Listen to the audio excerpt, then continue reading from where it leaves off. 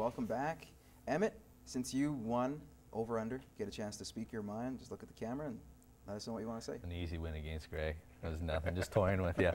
A couple of Lloydminster successes. I'll start with the U16 Betcave Rebels. They've been on fire this year, mercying almost every single opponent they've had. They'll have provincials that was postponed this weekend, next weekend, and then I'll touch on the Chucks that were just here. Great success. It's not always the best riders from both tours coming here, but they put on a great show. Fans were there in support, and it's going to be a great show at the end of August when the finals are here. Looking forward to that. All right, we still got a chance to talk about a few topics here. Jose Batista, bit of a scary moment last night as he swung at a ball that went foul. Definitely clenching his wrist. Turns out it's not as bad, it's more of a strain than anything else. But what are the chances for the Blue Jays if this guy's out of the lineup for a wild card?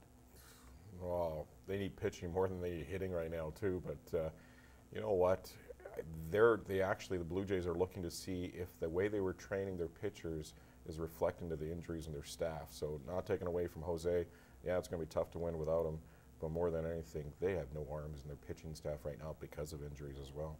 I'm going to agree exactly with Greg there. The pitching is the biggest problem. How do you have so many guys go down with injuries? And not just little injuries. These guys will be back in a few months. We're talking not this season, maybe not next season, maybe the following season. Some of these pitchers, they're having Tommy John. They're gone for a year to 14 months.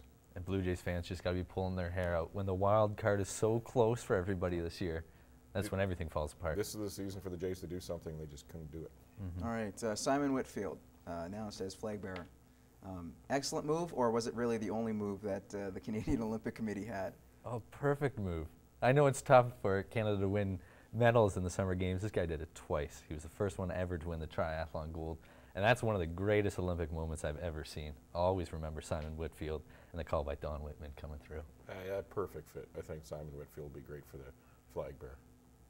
All right, and we'll kind of end it off on this note. The Dream Team, Kobe Bryant said that the Olympic team now can beat that '92 Dream Team. Obviously, Michael Jordan laughed, and for good reason, in my opinion. I don't think there's any chance. What do you guys say? I think if that '09 team played against him now, as in right now, yeah, they probably would beat him because Michael Jordan's overweight, Larry Bird is old, you know.